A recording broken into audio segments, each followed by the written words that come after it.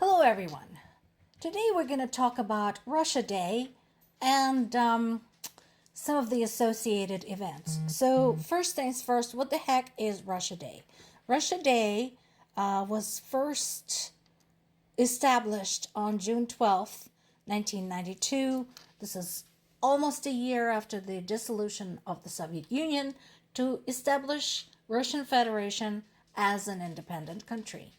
2 years later, Russia would sign the Budapest Memorandum, in which it promised not to bother Ukraine. Well, we all know what happened with that. But that is what Russia Day is. Considering what Russia is doing now, not just necessarily attacking Ukraine for years, but also supporting terrorist states such as Iran and North Korea, it is kind of surprising that this administration sent them greetings for this so-called holiday. Even more bizarre was Trump's statement that Putin lost 50 million people in World War II. What? Sweetie, Putin was born on October 7th, 1952. That'd be 7 years after World War II had ended. So he didn't lose anything in World War II. But if you want to talk about the Soviet casualties, let's talk about this. Because, among other things, the greetings by Marco Rubio and questioned by Trump, why does everyone hate Russia so much? You might imagine that certain nations weren't happy, including Ukraine.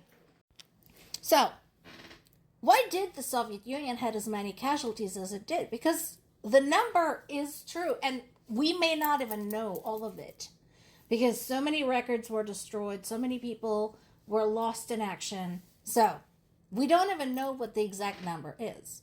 But why were there as many? That was largely thanks to Stalin, who, by the way, is one of the figures revered by Putin. Something useful to know. So, shortly before World War II, Russia and Germany actually signed a peace treaty. And Stalin believed that Hitler would honor it. So, he made no preparations, not many, for the war. He didn't believe that Hitler would dare wage war in more than one front. He thought that Hitler would stop with Britain. Hitler didn't. Stalin oppressed, imprisoned, and executed intelligence agents who told him that Germany was accumulating weapons, that there was something suspicious going on, and Stalin praised and elevated in rank the intelligence officers who gave him information that supported his stance. So we had a serious case of confirmation bias.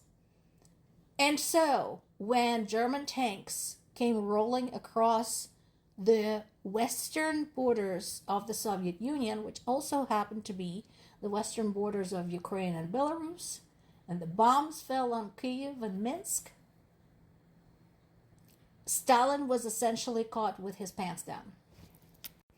Once the shit hit the fan, and Germans started moving very quickly into the Soviet territory, I'll absolutely give credit where credit is due to people of Belarus and Ukraine. They took the brunt of it. And they fought so hard. Now, I mean, what is remarkable about this is that if you look at the progression during 1941 and 1942, you will see small islands of resistance in Belarusian and Ukrainian territories that Germans were never able to take because of that resistance. But that doesn't change the fact that A, they were left there to basically mobilize and resist without much support from anybody. And B, there's been purges of the military. Again, Stalin didn't like competition and got rid of a lot of high-ranking, popular, talented military commanders.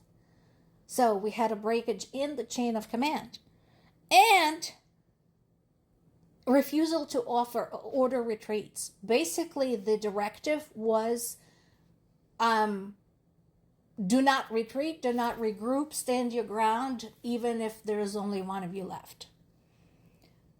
And with that came a complete disregard for the number of casualties. By the way, that too should remind you of Putin. Throw as many bodies at the problem, sort it out later. POWs were treated very harshly, those that survived. Imagine the horror. There were some Soviet soldiers who were taken while they were fighting, sent to a concentration camp, returned home, only to be sent to prison as enemies of the people.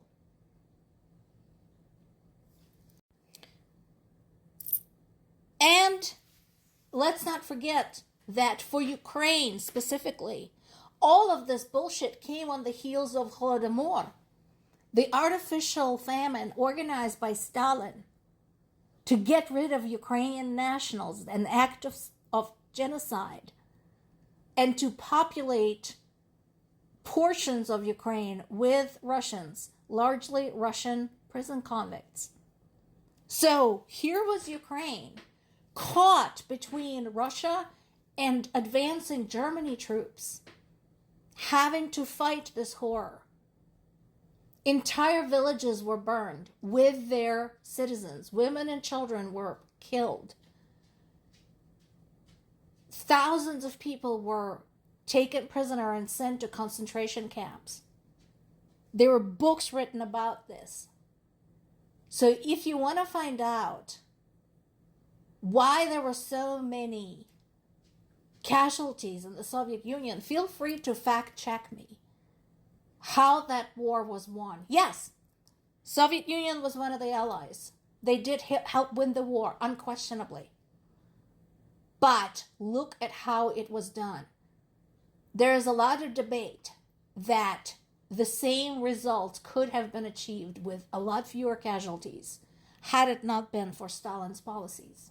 And this is why a lot of people hate Russia, because Russia was the dominant power that first got us into that mess and then demanded that we solve it.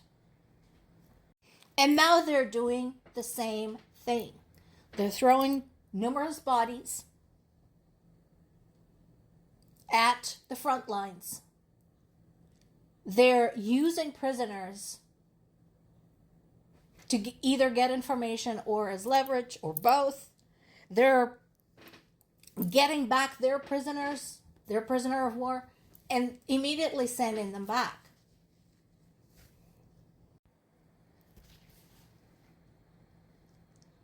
If you go to sites like Telegram and to some extent Twitter and go find Russian content there are conversations there about family members of the POWs, the Russian POWs that came home, telling them, you idiot, why did you agree to be exchanged? You'd be safer in Ukrainian prison than you would ever be anywhere in Russia. Now they're just going to send you back into the meat grinder. And even as the exchanges are occurring, Russia is on track to hit 1 million casualties. That's dead and wounded in this war. I don't think they have learned much since World War II.